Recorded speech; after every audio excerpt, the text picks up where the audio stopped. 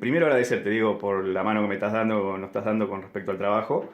Primero quería saber tu nombre y tu profesión más que nada. Bueno, mi nombre es Diego Renato Dinca, yo soy médico especialista en psiquiatría, bueno, matrícula nacional 116226.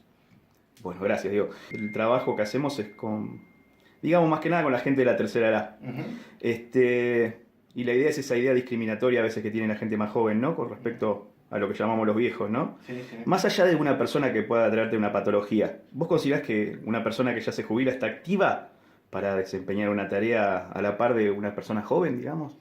Y claramente, sí, sí, se puede establecer de acuerdo a sus capacidades y cómo se encuentran en ese momento, pero por lo que mi experiencia dice, la cantidad de pacientes, uno ve que hay mucha gente que se jubila y puede realizar o desempeñarse en casi en cualquier función, sobre todo de índole intelectual, sin ningún inconveniente. Sobre todo ahora en esta época que nosotros vivimos, en la cual tener 60, 65 años no son los de antes.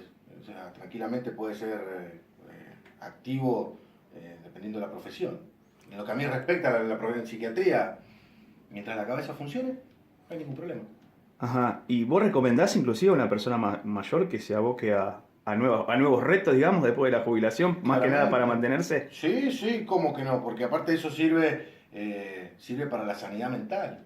Sí, sí, aparte el hecho de sentirse útil y de no sentirse como si ya su vida hubiese terminado, sino que pueden aparecer nuevos desafíos sin la obligación de estar, de trabajar porque es la necesidad de trabajar, sino por el solo hecho de poderse desempeñar en lo que a uno le agrade. Y por último, digo, y no te molestamos más, Ujú. ¿sentís que el joven discrimina, que tiene una mirada, digamos, que uno vincula al viejo con la enfermedad, con lo senil? ¿Sentís que la mirada es sesgada, que hay prejuicio con respecto a la gente grande? Lo que pasa es que la vejez siempre está mal vista porque es como la proximidad a la muerte. Entonces, todo lo que sea o tenga que ver con eso, uno le trata de escapar. Y la forma de escaparle es corriéndose, haciendo chistes, bueno, discriminando, maltratando. Aunque no, no hay que verlo desde el enfoque, a lo mejor desde el hecho de la maldad misma, sino que pasa a ser como algo correrlo para no verlo, que de eso se trata. Bueno, digo, la verdad te agradezco mucho. No, Te por favor, agradecemos mucho. por favor. Mi nombre es Germán Ortiz, soy psicólogo social y trabajo como parte del equipo pastoral de una parroquia o de una congregación en el barrio de Parque Avellaneda, en la capital de Buenos Aires, en Argentina. La realidad de las personas de la tercera edad o de adultos mayores, la verdad es que va a depender mucho de la situación en la que se puedan encontrar en los términos de su salud física o mental.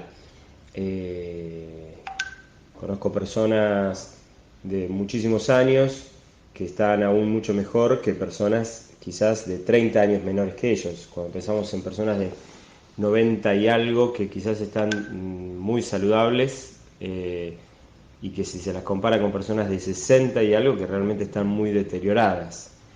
Eh, Algunos componentes supongo yo que tienen que ver con lo biológico y otros componentes con los cuidados que tomaron a lo largo de toda su vida.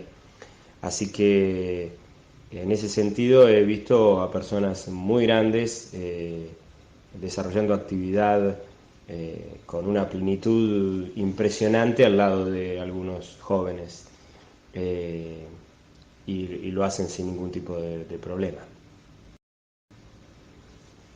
Definitivamente yo no sé si responde a un prejuicio o si responde a una lectura sesgada de la realidad que hace que pensemos ancianidad y la relacionemos con decrepitud o con enfermedad o con postración. eh, y obviamente eso hace que haya una limitante en la lectura de nuestras relaciones con la tercera edad.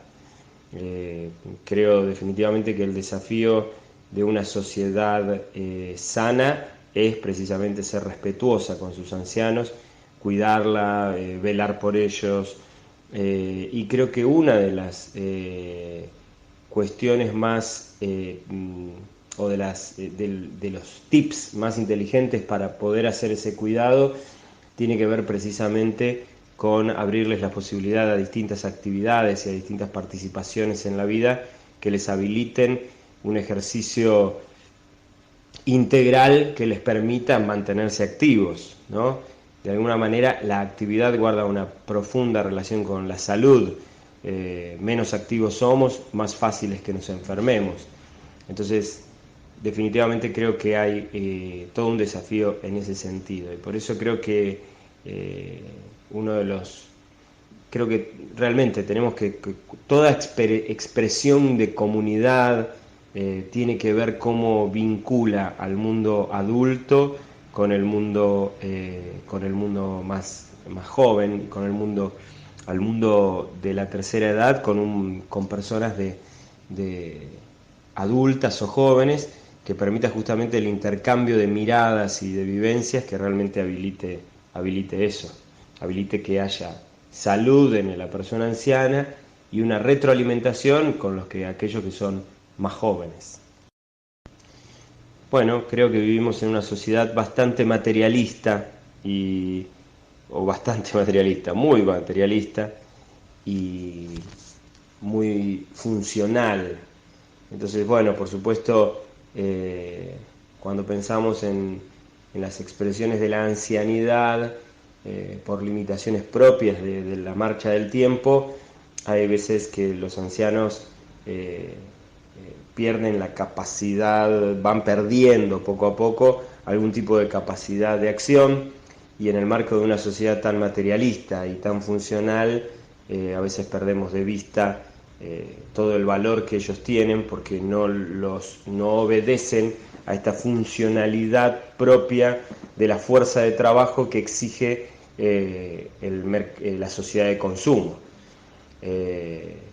Por lo tanto, realmente la sociedad necesita sensibilizarse para descubrir que lo que nos toca en la interacción entre los humanos, y esto incluye a los más ancianos, no tiene que estar siempre mediado por lo funcional o por lo material, sino por una cuestión más ligada a la solidaridad, al amor, a la generosidad, y también a una escucha activa que nos permita tener la capacidad de extraer de personas que han avanzado mucho más que nosotros en la vida, porque han acumulado mucho más años que nosotros, tienen para aportarnos. Entonces, creo que cualquier espacio, cualquier expresión comunitaria, las congregaciones o parroquias son un ejemplo, pero pueden ser clubes, la familia misma, debe retroalimentar y potenciar el diálogo con los adultos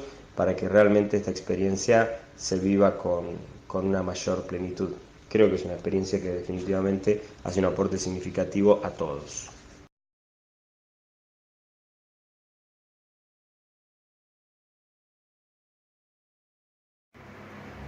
Hola, ¿cómo les va? Este es un pequeño video explicativo para la materia de Psicología Social de la Facultad de Flores, para un trabajo práctico que tienen que hacer Diego, Julia, Belén y Natalia, que me pidieron que les haga una pequeña explicación, así que aquí va. Primero yo les cuento, yo me gradué en esa universidad hace muchos años, así que soy un ex graduado de la UFLO, y una materia que disfruté mucho es Psicología Social. Bueno, vamos a hablar de vejez y prejuicio. Para poder hablar de vejez y prejuicio tenemos que entender qué es un prejuicio. El prejuicio, te lo dice la palabra, es un juicio previo. ¿Previo a qué? Previo a la experiencia.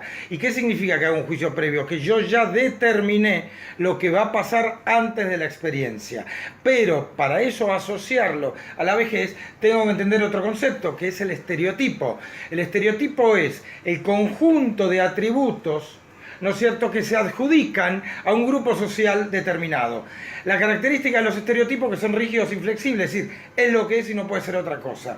Entonces yo supongo, cuando el estereotipo yo lo uno al concepto del prejuicio y lo uno a la vejez, me voy a encontrar con que culturalmente tenemos asociada a la vejez a muchos prejuicios y a dos tipos. Están los prejuicios, yo los llamo, todo prejuicio es malo, pero yo los llamo los prejuicios buenos, asociados a la vejez, y los prejuicios malos. ¿Qué serían los buenos?